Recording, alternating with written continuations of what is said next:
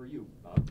Well, yeah, I just think there's a big energy around campus right now. A new president who's experienced, a new athletic director who's experienced, a new head football coach that's experienced.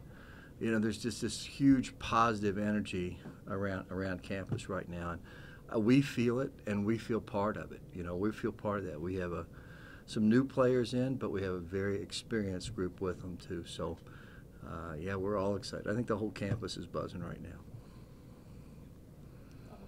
I guess one of the things I wanted to ask about is the Big Ten expanding this year. How much more challenging is this season going to be with the addition of Rutgers and especially a program like Maryland? I think it might just about put the Big Ten as the best conference in the country for soccer. The ACC has historically been up there, but Maryland coming in, and then obviously Rutgers coming. Those are two teams that we've played in the past and that have always given us really good games and have always been very high nationally ranked and make good runs in the tournament. And I think Big Ten already being a strong conference, just adding those two in, two teams that also play a different kind of soccer than we're used to seeing in the Big Ten. They keep it on the ground more of a fast-paced, direct kind of team. So I think it's just really going to raise the level of the Big Ten, just make it that much more difficult to defend our title. But I think it also makes it just that much of a challenge for us that we want to do the three-peat. Bob, are you anticipating Maryland being kind of a natural rivalry to sort of build up over the course of the next few years? Yeah, without a doubt. They've been a premier program in the country. They've been to so many Final Fours and the national championship game again last year. They're a tremendous program. I don't get too wound up in polls ever. I never have my whole career. And probably the only one that actually even disturbed me this year, Gordon, was our coaches voting them #1 in the conference. I just thought it was disrespectful to the rest of our conference that they were voted #1 in the conference. And I called the coaches about it. They haven't played it. They haven't won a game in our conference yet, and they're great, but they haven't won a game yet. So already for me, I feel a little like, all right, let's go. Let's see how you're doing.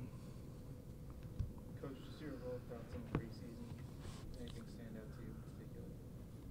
I have a tremendous group of players, tremendous group of leaders in their own way. We're so excited to have Mikey back with us. He's scoring goals. He looks terrific. We played a little. Gordon was down the other day. We were playing a little 5-on-5, and we worked a little bit on team shape. And the games are a minute and a half long, with goalkeepers full-size goals. Mikey had 4 goals in a minute and a half. 4 goals in a minute and a half. He's adds a different dimension to our team, and we're excited about that. It feels great. Last year was a little rough for me, but this year I'm coming out with a lot of fire. I can't wait for this first game to start up and try to. Sorry if you've been asked this already, but you guys had a lot of freshman contributors last year, like Mark and everyone. How have they been making the transition to year 2 and the progression and everything? Well, I think first of all, our team is a very player-organized team. Coach is obviously he's the best coach in the country, but I think what makes us great is our ability to motivate ourselves. And I think those freshmen coming in and having the year that they did was huge, not only for them in terms of their development, but also for us going forward. Like, we know that those guys are going to come back and hopefully have just as good of a year, if not better, because they've had one more year of development with our team, with this program.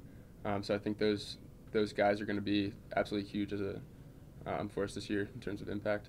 You guys played a very low-scoring style in the beginning of last season. How important do you think it is to get off to a fast-paced offensively to start the season? We didn't have any forwards. That was a problem, We got a forward. We got a forward now, and Connor Maloney's developing into a great forward, and we've brought in Riley Grant from Akron, and he's going to be a great forward. And we got Mark Wadid, and he's going to be a goal-scoring machine when he's in there. So we didn't have any forwards last year. We didn't have anybody healthy to play up there.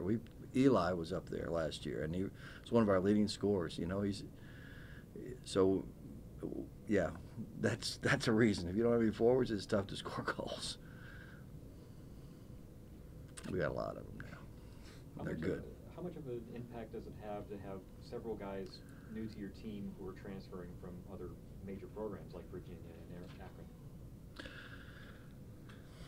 think that's going to be they're going to be huge for us.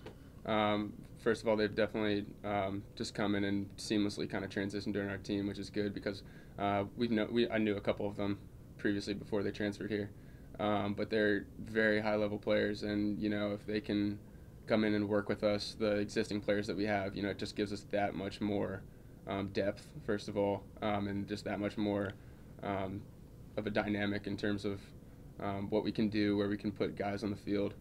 So there's a lot of options for us right now in terms of who can play where and just how we're going to get the job done. So I think those guys are going to be there. I mean, they're fantastic players, and as the season goes on, they'll just get better and better with us. And I think it speaks a lot to these guys too, and what they've done to make the culture of our team and our program something that other people want to join. Soccer's a very small world. Not everybody knows who the best players are in soccer in the country, but the best players know who the best players are, and the best players also know where things are happening, where things are starting to really pop, and. I think, to me, we're honored that we have people who are at very good programs who go, I think that place can help me get even better. For either Owen or Mikey, I'm sure you get asked this a lot, but when you have a guy like Andrew in that, like how comfortable are you, you have a guy like that? Yeah, it's awesome. He's hands down the best goalie in the nation, and I love playing for him. And he's not going to let much in, and that's always good as a forward. To just know that you just need to score one, and he's going to keep the rest out of the net. Bob, it seems like Andrew has been here for decades. Thank God. How reliant are you on his skills back there? I think we're developing, and Mike Bohanik's done a great job, who's come in and took Bo's place as a goalkeeper coach. But he has added a new little flavor, I think, to Andrew's development as well. Andrew's coming off his shoulder surgery, and we were really thinking that Gordon, he wouldn't play for us until maybe mid or late September, but he's way ahead of schedule. And everybody's excited about that. He played 45 minutes the other night in a little closed-door scrimmage that we had against Loyola, and did really well. So he's way ahead of schedule. We haven't made much of it, but he's way ahead of schedule, and I think he's, I think I've probably had every agent in the country call me at one point or another now, just asking about him. He's going to graduate this fall too. So, it's great to him be able to be done with school and have a chance to go on and play someplace, hopefully. Are you anticipating him to be drafted in the MLS or going overseas after the I'd draft him. I'd want him in my camp. I'd want him in there. Yeah, he's good. I mean, I've got some other guys that are goalkeepers in the league and gone over and played in Europe, and I'd want to have Andrew on my team. Yeah, I want to win games. Yeah, Andrew, another thing about him, he has the record for Penn State for the most shutouts in a season already, and he's, I think, five shutouts away from the all-time career shutout record at Penn State. So, he's one of the best for sure. As senior leaders for either of you guys, how do you guys kind of welcome in the freshmen, get them ready to play Penn State soccer, maybe even the transfers too?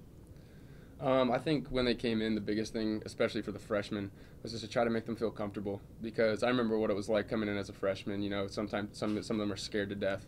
They don't know what to expect, and they're just jumping into a level of soccer that is completely, nothing they've ever seen. So just to make those guys feel comfortable, make them, try and get them to smile and laugh a little bit, just make sure that they're having a good time, because, they have 4 years here.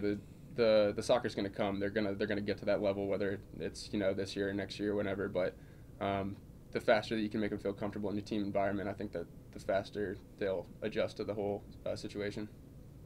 The past couple of years, you guys have won the Big Ten when you weren't the top-ranked team going into the season. Is it something you're used to having to prove yourself at this point?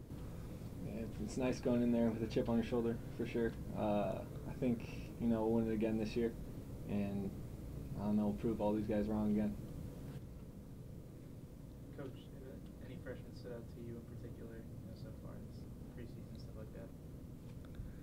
They're all doing okay. They're all doing okay. It's a tall task to jump into this team as a freshman and play. They just need to understand the level, and they're getting there. They're doing all right. Specifically, local kid Jake Garrigan, what kind of expectations should we have of him? Jake has changed so much physically in the last 2 years. It's unbelievable, and I think he's got more growth in him. You know, he loves soccer. I think right now he's still a little wide-eyed at how fast everything's moving for him, and that's going to take him a little bit. It's just, you know, it's no fault of his own. It's just a different level of play that he's jumping into than the speed that he was playing at. But I think he's going to keep working at it. Anything else? All right, thanks so much, gentlemen. Thanks, guys. Thank you, guys.